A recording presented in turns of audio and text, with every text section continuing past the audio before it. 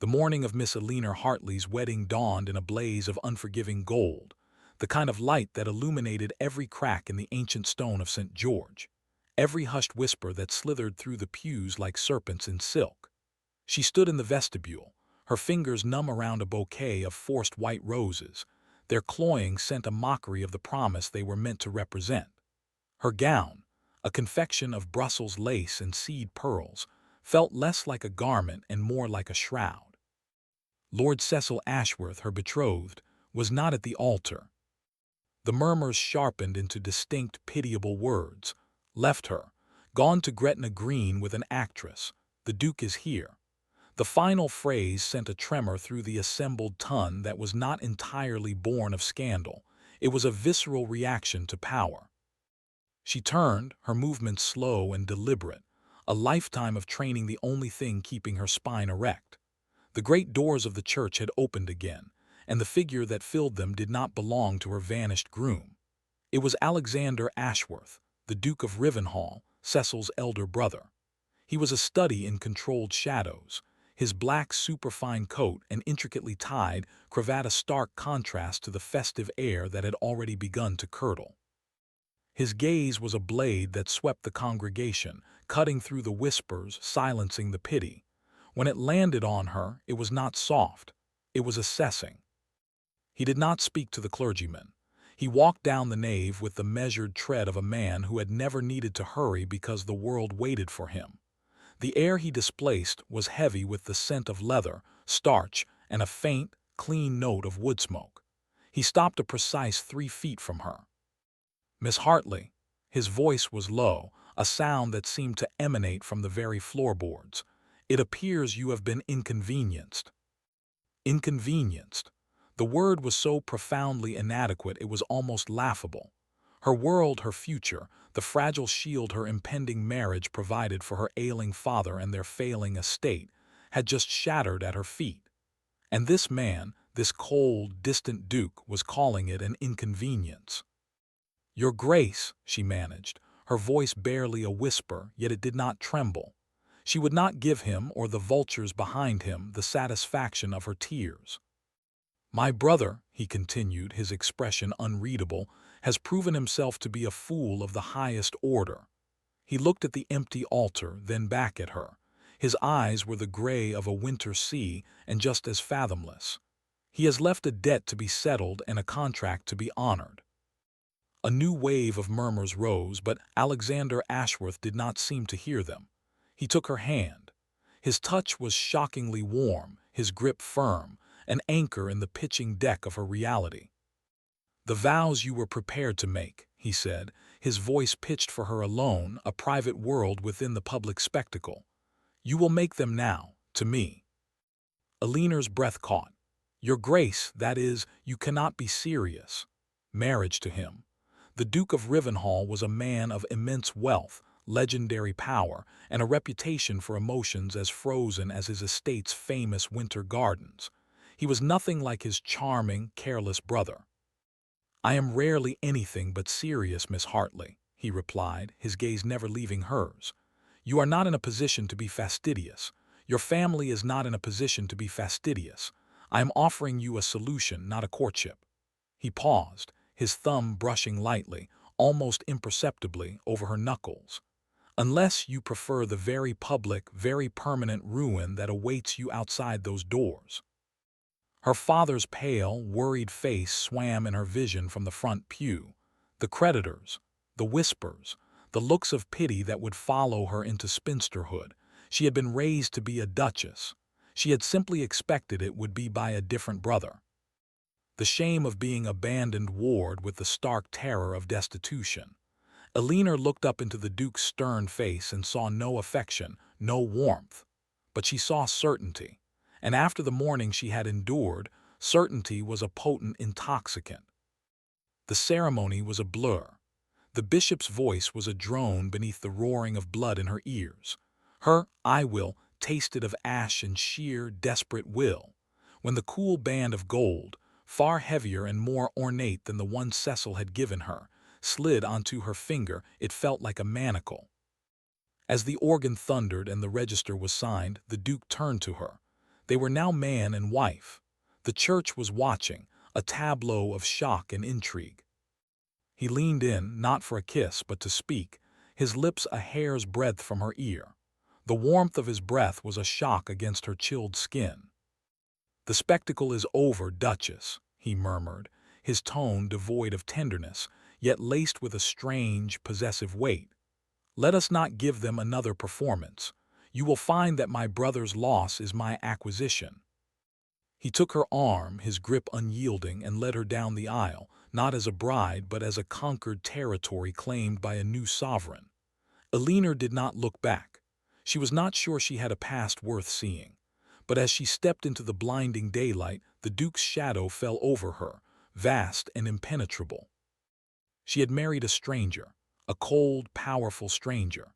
The thought was less terrifying than the feeling that had just shot through her, a tiny, dangerous spark of life. The game was not over. It had simply changed players. The carriage ride to Rivenhall House was a study in oppressive silence. The plush velvet interior, the scent of polished wood and leather, the distant clip-clop of the horses, all of it was a world away from the humble barouche she had arrived in. Eleanor sat rigidly on the opposite seat, her body a taut line of bridal silk and shattered nerves.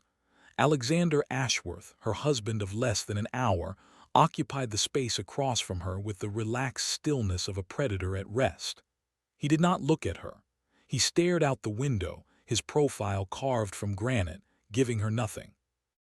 As the carriage passed through the gates of his town residence, he finally spoke, his voice low and clipped.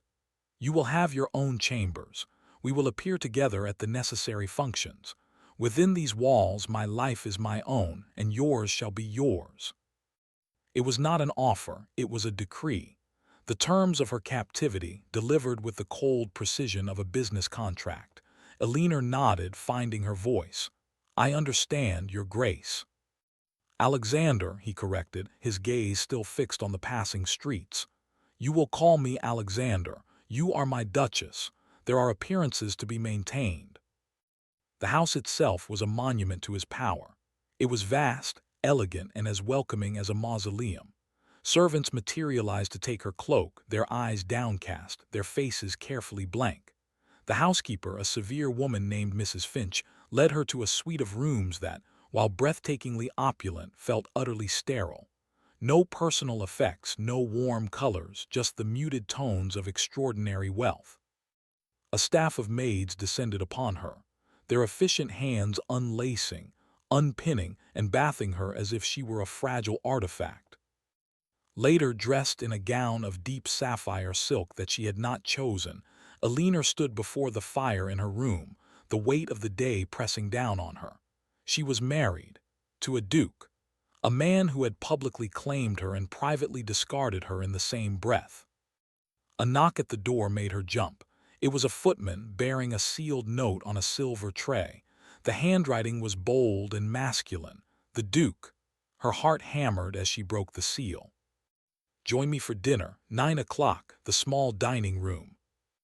It was an order, but beneath the imperative there was a crack. He had said their lives were to be separate, yet he was summoning her. Was it loneliness, a test, or merely the first item on a checklist of husbandly duties to be dispensed with? Her lady's maid, Rose, a young woman with kind eyes, helped her prepare. Eleanor studied her reflection. The woman staring back was a stranger. Her face was pale, her green eyes too large, the color high on her cheekbones. She looked like a warrior preparing for a battle she had already lost. The small dining room was intimate, lit by the warm glow of dozens of candles. Alexander was already seated at the head of the polished mahogany table. He rose as she entered, a gesture of perfect, impersonal courtesy. He wore no coat, his white shirt and black waistcoat accentuating the breadth of his shoulders. In the flickering light, he looked less forbidding. The harsh lines of his face softened into something almost human. "You came," he said, his voice low. "You sent for me," she replied, taking the chair he indicated to his right. The meal was exquisite, turtle soup, poached salmon. A delicate game pie, but Eleanor tasted nothing. The silence was a third guest, a demanding one. It was a duel without words, and she was determined not to be the one to flinch. "Your father," he began, breaking the tension, "his debts will be settled by my solicitor. The estate in Hertfordshire will be restored. His comfort is secured." Shock, then a wave of profound, humiliating gratitude washed over her. "Thank you," she whispered. The words were inadequate, but they were all she had. He set down his fork, his gray eyes finally meeting hers. They were not cold now, but they were unreadable. "Do not thank me, Eleanor. It is part of the bargain. Your duty is to give me an heir. My duty is to provide for you and your family in a manner befitting your new station."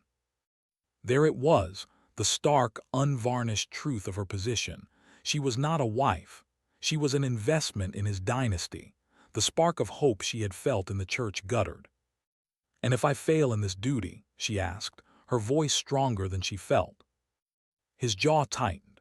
"You will not fail." It was a statement, but she heard the command beneath it. Then he leaned back, his gaze turning to the fire. "My brother was a fool, Eleanor, but I am not. I have married you for my own reasons, the most urgent of which is that you are not a simpering, fainting miss. You stood in that church with the world collapsing around you and did not weep. You have a spine of steel. I require that steel in my duchess." It was the longest speech he had ever made to her. It was not a declaration of love, but it was a recognition, a declaration of intent. He saw her, not as a victim, but as a partner in a cold, practical arrangement. "I will not fail you," she said, meaning it for reasons she could not yet name. The ghost of something akin to approval flickered in his eyes. He raised his wineglass. "To the future, then," he said, his voice a low rumble. "However it may unfold." Eleanor lifted her own glass, the heavy crystal cool in her hand. She looked at this man who was her husband, this stranger whose ring now weighed down her finger, and saw the fortress he had built around himself. And for the first time, she wondered not how she would survive it, but what secrets it was meant to protect. The candles flickered, casting dancing shadows on his face, and she knew with sudden, chilling certainty that the worst was yet to come.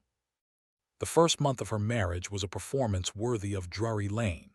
By day, Eleanor learned the intricate machinery of Rivenhall House, the silent language of its servants, and the unspoken expectations of its master. By night, she played the role of the serene duchess on his arm at dinners and routs, enduring the envious glances of women and the calculating scrutiny of men. They were a study in elegant, impenetrable unity. They did not touch. They rarely spoke in private. He was a continent away, even when he sat across from her. And yet the spoiling had begun. It was subtle at first. A new wardrobe arrived, not in the stiff silks of the previous season, but in the softest muslins and richest velvets, in shades that made her skin glow and her eyes deepen.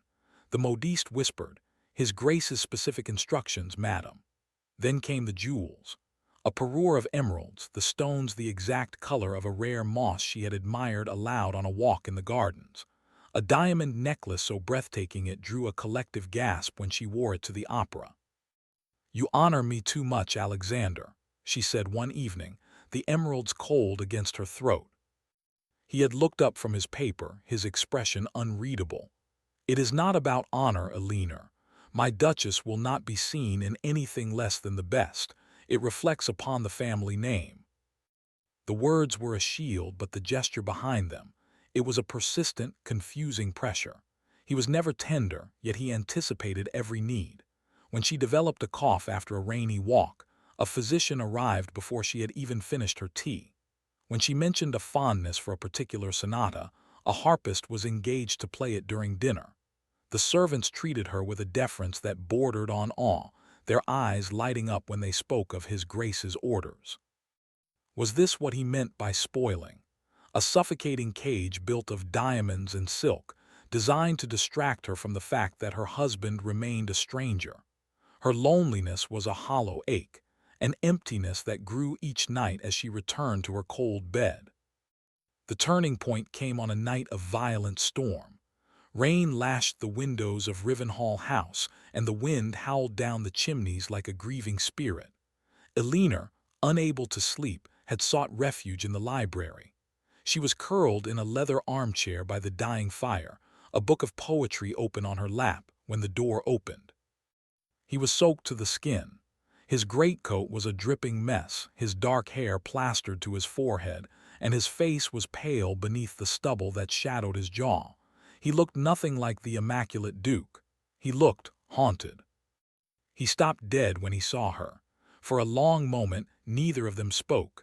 The silence was filled with the roar of the storm.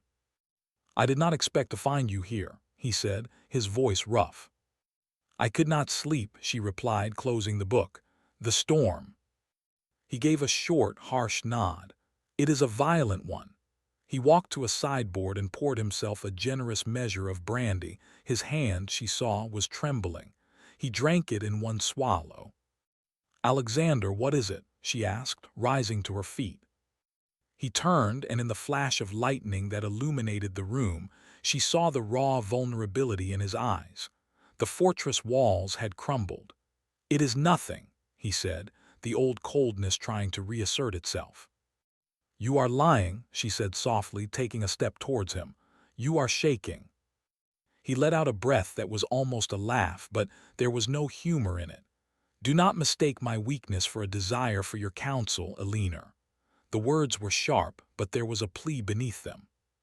She did not back down. "I am your wife. I am not asking for your secrets. I am simply here." He stared at her, and for the first time he truly looked at her. Not as a duchess, not as a duty, but as a woman. The war in his eyes was stark. Then slowly he crossed the room and sank into the armchair opposite her, his long legs stretched out towards the fire. He said nothing, but he was no longer a continent away. He was present. She resumed her seat, not speaking, not demanding. The silence between them shifted, no longer a chasm but a fragile bridge. The fire crackled. The storm raged. And Alexander Ashworth, the cold, powerful Duke of Rivenhall, let his head fall back against the chair and closed his eyes, his face pale and drawn in the firelight. Eleanor watched the rise and fall of his chest, the small, unconscious gesture of exhaustion. She saw not the tyrant but the man beneath. A man who had come home in the midst of a storm, soaked and haunted, and had been surprised to find her waiting. The urge to reach out, to touch his hand, was overwhelming. She did not move. She simply stayed, a silent sentinel in the firelit dark, and knew that something had shifted between them. Something dangerous and new had been born in the heart of the storm. He had not told her his secret, but he had, for the first time, allowed her to witness the pain it caused. It was not love. It was not even trust. But it was the first, faint light breaking through the walls of his keep. The delicate truce forged in the storm did not herald a sudden thaw. Instead, it introduced a new form of torture, proximity. Alexander began to seek her out, not for conversation but for a shared room, a companionable silence.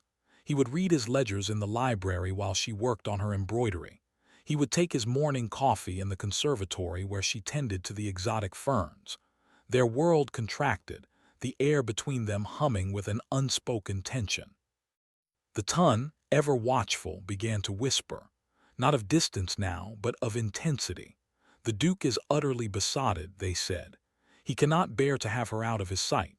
Eleanor heard these whispers at Lady Sefton's ball, delivered with a viper's smile by a woman whose name she had already forgotten. "The Duke is a man of deep affections," Eleanor replied, her smile brittle. "We are content." The words tasted like ashes. Content. It was a lie. She was not content. She was burning. Every accidental brush of his hand against hers, every low word, every smoldering glance he threw her way in public that promised a passion he refused to deliver in private, was a fresh brand on her soul. He was spoiling her with things, but he was starving her of himself. The breaking point arrived not in a grand ballroom, but in her own dressing room. It was late. She had dismissed Rose and was attempting to remove a particularly stubborn pearl choker when the clasp caught in her hair. The door opened, and Alexander entered without knocking, a new, unnerving habit. "I came to see if you required anything," he said, his voice a rumble from the doorway. Her heart stuttered. "I am quite well, thank you." But he had already seen her struggle. He crossed the room, his gaze on the tangled clasp. "Allow me." She stood frozen as he moved behind her, her back to his chest. His fingers brushed her nape, sending a shiver cascading down her spine. The scent of him, sandalwood, brandy, and that clean, male scent, enveloped her.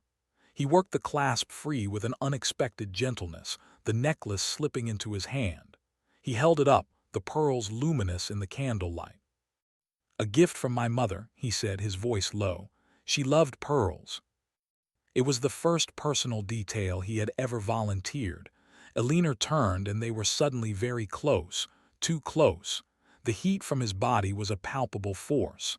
"I wear them often," she whispered. "They are beautiful." "They are," he agreed, but his eyes were not on the necklace. They were on her mouth.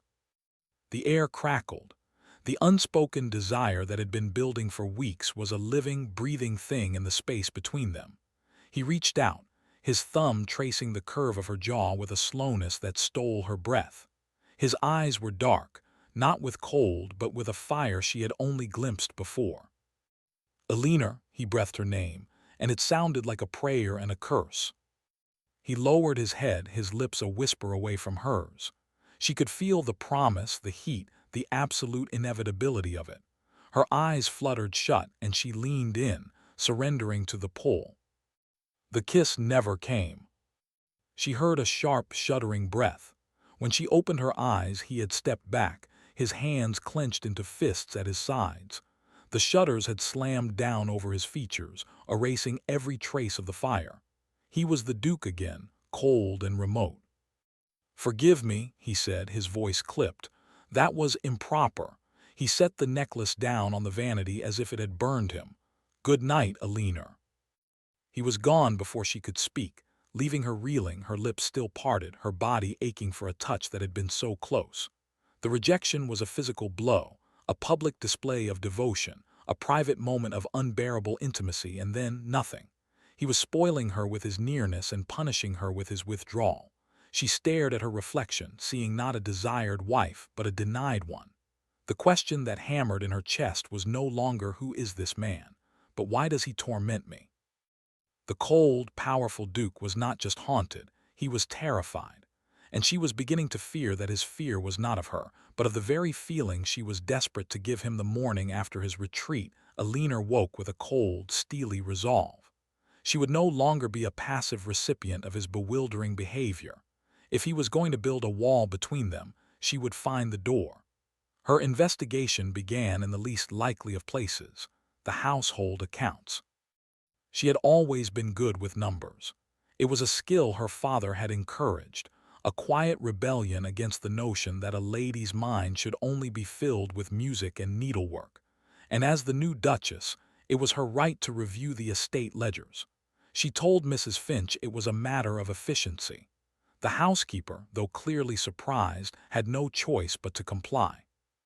What Eleanor found was not mismanagement but a puzzle. There were large, recurring payments to a private asylum in the north. They were not in the name of Ashworth but in the name of a shell company, and they were substantial. Alongside the financial trail, there was a cache of letters in the Duke's study, hidden in a drawer he had not thought to lock.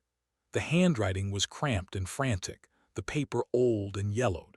They were addressed to Alexander, and they were from his mother. "The darkness is coming again. Do not let them send me away. I am not mad. It is the truth they fear. Do not trust your uncle. He wants the title. He will do anything. Protect yourself, my son. Protect the truth I have hidden." Eleanor's blood ran cold. The late Duchess had not died of a fever as she had been told. She had been institutionalized. And the current Duke, the brother of the last Duke, had been her jailer. Alexander had been a boy. The weight of that secret, the burden of his mother's unheeded warnings, slammed into her with the force of a physical blow. This was the darkness that haunted his eyes. This was the storm he could not escape. She was about to replace the letters when the door opened. Alexander stood in the doorway, his face a mask of fury and betrayal. "What are you doing?" Eleanor did not flinch. She held the letters in her hand, her gaze steady. "I was looking for the reason my husband kisses me and then runs. I believe I have found it." He stalked into the room, his fury chilling the air. "You have no right." "I have every right," she shot back, her own temper flaring. "I am your wife, and you are drowning, Alexander. You have been drowning for years, and you would rather pull me under than reach for my hand." He stopped, his chest heaving. The anger in his eyes warred with a desperate, naked grief. "You know nothing of what I have carried," he said, his voice low and dangerous. "You have no idea what my uncle is capable of. He will stop at nothing to see his own son inherit the title. He has waited for me to show a weakness, to prove I have inherited my mother, fragile mind. He drove her to that place, Eleanor, and he will use you to get to me. Don't you understand? My attention is a death sentence. My love is a weapon."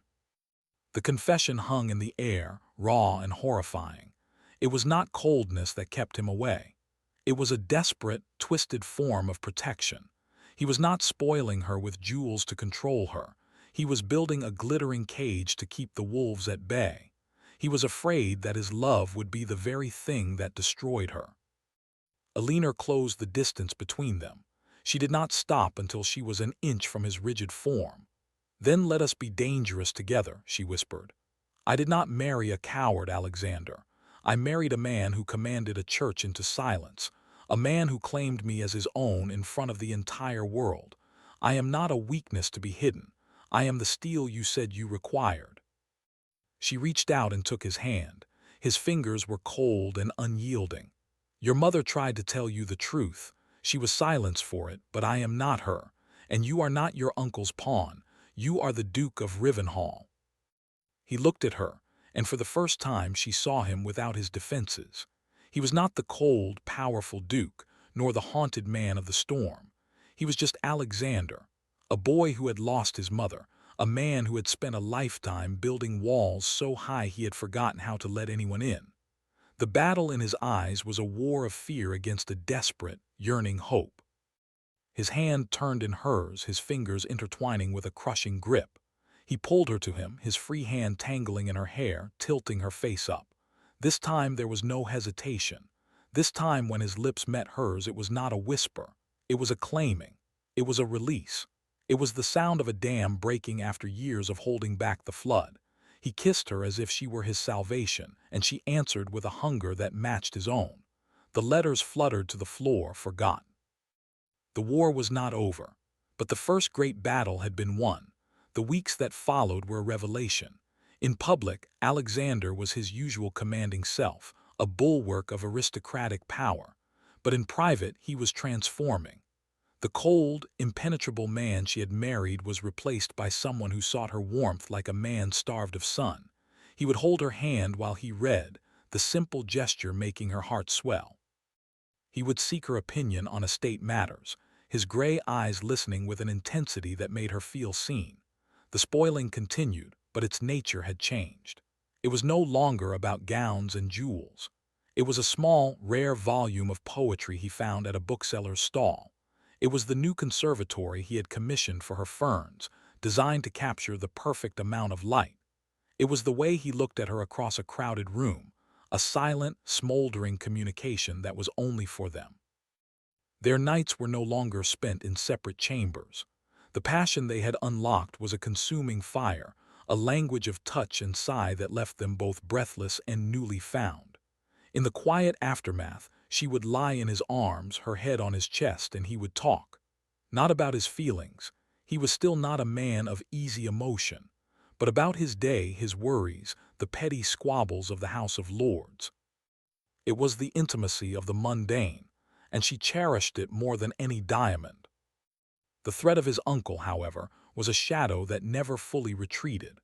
Lord Marcus Ashworth was a man of imposing physical presence and a smile that held no warmth. He had watched Eleanor's sudden rise with poorly concealed contempt. The news that she was now the Duke's hostess, and not just a convenient bride, had clearly unsettled him. He began to appear at their events, a viper at the edge of their circle, his gaze assessing. The attack, when it came, was not a duel but a whisper campaign. It began in the drawing rooms of the Tun and spread like ink in water. The story was that the new Duchess had been Cecil's cast-off, a woman of no fortune and little breeding, who had trapped the Duke in a moment of family crisis. The implication was clear. The Duke had married beneath him, and his judgment was now in question. It was a subtle poison, designed not to cause a single scandal, but to erode his political standing and cast doubt on his sanity, just as his mother's had been. Eleanor heard it from a supposed friend at a tea, the words delivered with a pat of her hand and a look of faux concern. She did not flinch. She thought of Alexander's mother, locked away by these very whispers. She thought of the fear in her husband's eyes, and she felt a cold, incandescent fury rise within her. She did not tell Alexander. He had enough weight to carry. This was a war for her reputation, and she would fight it on her own terms. She began her counteroffensive not with pleas, but with perfection. She became the epitome of a duchess. Her fashion was flawless, her manners impeccable, her charity work so diligent and visible that even her harshest critics had to begrudgingly admire her. She memorized the names and political leanings of every peer, using her quiet intelligence to subtly champion her husband's causes in ways that made him look all the more powerful for having such an ally. The turning point came at a grand dinner hosted by the Prime Minister. Lord Marcus was present, his eyes gleaming with a barely veiled expectation of a public stumble. Eleanor had saved her most potent weapon for this night. Seated beside a dowager marchioness known for her vicious tongue, she was fed the leading question. "Your Grace, one hears such strange whispers. Is it true that your marriage was arranged in less than an hour?" A hush fell over the table. Every eye was on her. Alexander, seated further down, tensed. Eleanor gave a soft, musical laugh. "It is true, my dear Lady Wexford, that my husband does not waste time when he has made up his mind," she said, her voice carrying with effortless grace. "He saw an injustice, a public humiliation, and he acted with the same decisive strength he brings to every matter of state. Some men court for a lifetime and know a woman not at all. My husband, it seems, knew my character in a single glance." She turned her head, her gaze finding Alexander's down the length of the table. A slow, radiant smile touched her lips. "I would say that was not haste but wisdom." The table was silent for a moment longer, then erupted in a murmur of approval. The dowager actually harumphed, a gleam of respect in her old eyes. Lord Marcus's face was a study in controlled rage. She had not only deflected his attack, she had reframed the entire narrative. She had made their impetuous marriage look like a romance, and in doing so, she had protected the most vulnerable part of him. Later, in the privacy of their carriage, Alexander turned to her.